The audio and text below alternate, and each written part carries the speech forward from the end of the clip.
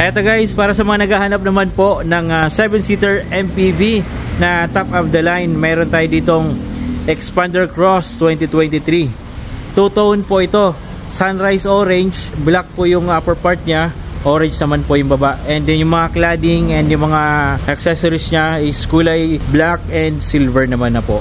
Okay, so naka DRL na po ito, and LED po yung mga headlight, yung signal light, turn signal sa side mirror, LED na rin, pati po yung fog light, ayan. So working po lahat yan, and in brand new running condition pa po ito dahil napakababa pa ng tinakbo, 9,000 kilometers pa lang. Kaya naman sulit po kayo dito dahil for only 940,000, negotiable pa po if cash payment, and available din po ito for financing and trade-in. Mauuwi nyo na ito, napakababa na po ng presyo nito compared sa brand new. Bigyan ko lang kayo ng idea guys, ang brand new price nito is nasa almost 1.4. Ito naman guys, 940 na lang. So that's about 400 plus thousand, almost 500,000 na price difference compared sa brand new. So malaki po talaga yung masisave nyo. Ayan, napaka-stable ng idling, napaka-tining umandar. Pakita ko sa inyo guys. Eto, may mga accessories na rin na nilagay yung unang may-ari. May mga carbon accessories na rin ito sa mga door opener niya. Eto guys, yung kanyang interior, napaka-fresh.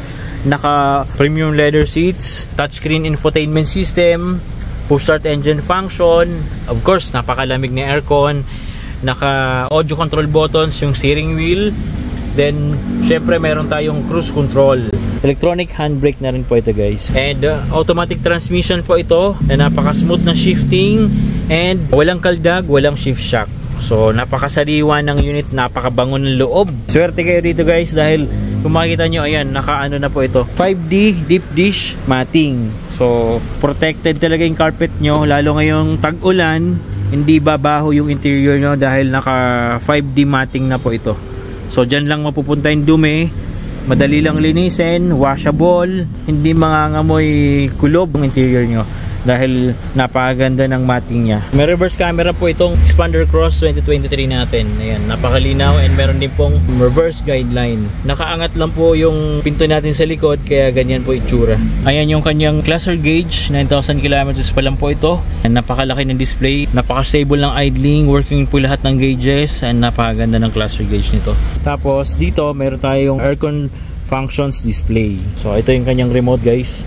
Naka-rally art na po yung ano niya, remote. So ang ganda. Kung interested kayo dito guys, mag-message lang po kayo sa FB page namin at tutulungan po namin kayo.